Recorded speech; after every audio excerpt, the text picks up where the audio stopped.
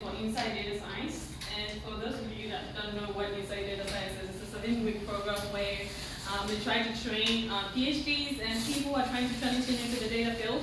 And for the first 4 weeks in the beginning, they throw you into the deep end. They tell you to come up with a project and then do it, and watch you sink or swim. So this is what I did. And my project is called Access. Can you hear me? Yeah. Okay. So my project is called Access, and I'm going to take you through from ideation to the end product.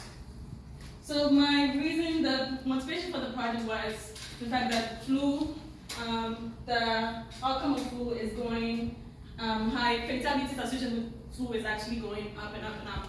And then just last year, there was 80,000 deaths. Not 2017, there was 80,000 deaths associated with the flu alone. And we know that there are so many reasons why people don't get vaccinated. And I didn't want to, my project, I didn't want to look at personal reasons why people don't get vaccinated, but then if there's an issue with accessibility that people don't get vaccinated. Okay. So just when I started, the World Health Organization came up with this 10 top global threats, and within them, 2 of them was vaccine hesitancy and then influenza outbreak. So I wanted to do something in that space. And so when I talked to my project program directors, they're like, you know what, last year alone, there was the CDC contacted the Insight about doing a hackathon on vaccine accessibility, flu vaccine accessibility in the US. So can you maybe take, the project had started, but then they ended at a point, so can you take it to the next level? So that is what I decided to do. And then, so the CDC every year, they take phone survey data across the US, asking people different questions. And within one of the questions is, did you get the flu shot in the past year? Yes or no? So the hackathon that they did the previous year, they took this flu shot question as the label and then used that to build a model to predict whether or not somebody is going to get flu shot based on some demographic information. So this is a spread of the accuracy across the different states. And this gives me some idea of, yes, we can build a predictor given, we can build a classifier given this data. But then it's still too coarse. We can't really do much about it, but it's a very good starting point. So standing on your shoulders, okay, that was not supposed to go away. Okay, there we go. So standing on your shoulders, I use this coarse data, and my project, I had to really pivot really fast because we had just 4 weeks. And I concentrated on just California for my project. And using that data, I wanted to go from having this core statewide data and then go to maybe these granular regions so that we can find something actionable and maybe target these locations where there's a problem with accessibility. Okay, so I'm going to show you the output. So with that, maybe a CDC personnel, any healthcare personnel will come to the site, and then they can highlight the locations where maybe accessibility is poor, and then do more further studies to be able to come up with maybe how they're going to solve this issue. So now, how is this done? So like I said, I took the CDC data, and then I asked these questions: which locations within this state have low vaccination rate? And then secondly, what is the provider density in these states? And that will help us highlight the places to focus on to improve vaccine access.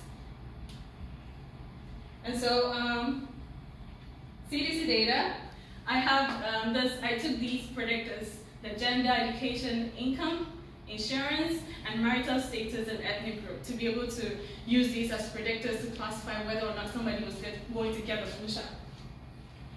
And because this is CDC data and it's only mapped to the state level, so I had to find a different source of data, and I identified the census data has pretty much some of these information within the CDC data. So can I find a match between these?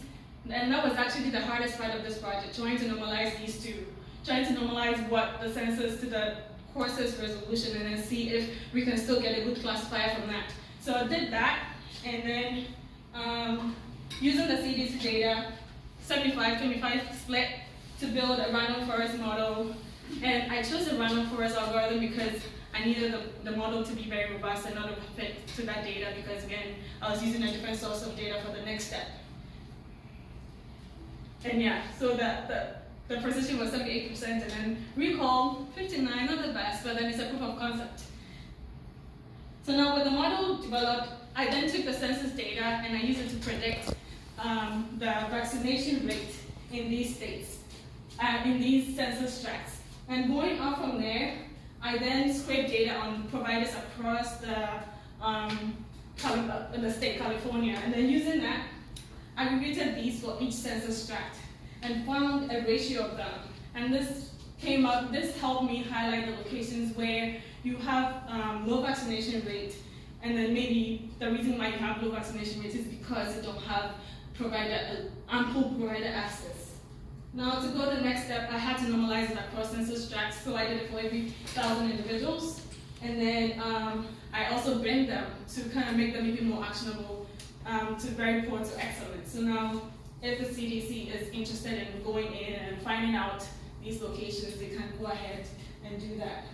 So my name is Priscilla Addison again. I did my PhD in geological engineering from Michigan Tech, and where I did build a lot of machine learning models to try to predict whether or not debris flows were going to happen after wildfires. Thank you.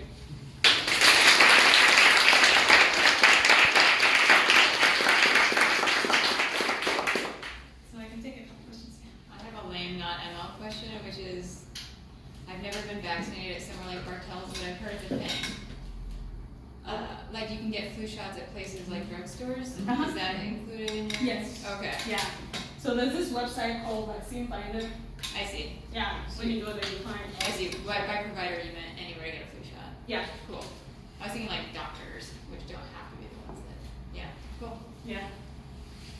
Bartell's gives them away sometimes, not in their stores. I got mine at Mohi at some event. Just some workplaces give Oh, I don't have that data for that. Next time, let me know. Oh, I think I was just gonna ask. I think that you moved your head and I saw the answer to my question. Okay. That's what you used to Yeah. speak.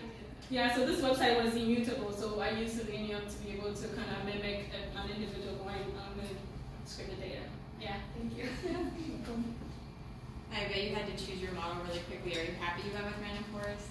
Yeah, I am, because I did try. I tried gradient descent, gradient boosted trees, and I tried what is the other one called? ADA boost. I tried both of them because I wanted to kind of boost a little bit, but I realized that it was fit into the CDC data, and I didn't want that. So for now, yeah, I am. But then I would still like to. One thing I would like to do is, because I have such little time, I think there's still some other predictors that I can use. And so I only consider these 6. Maybe you can make it better looking at some more predictors.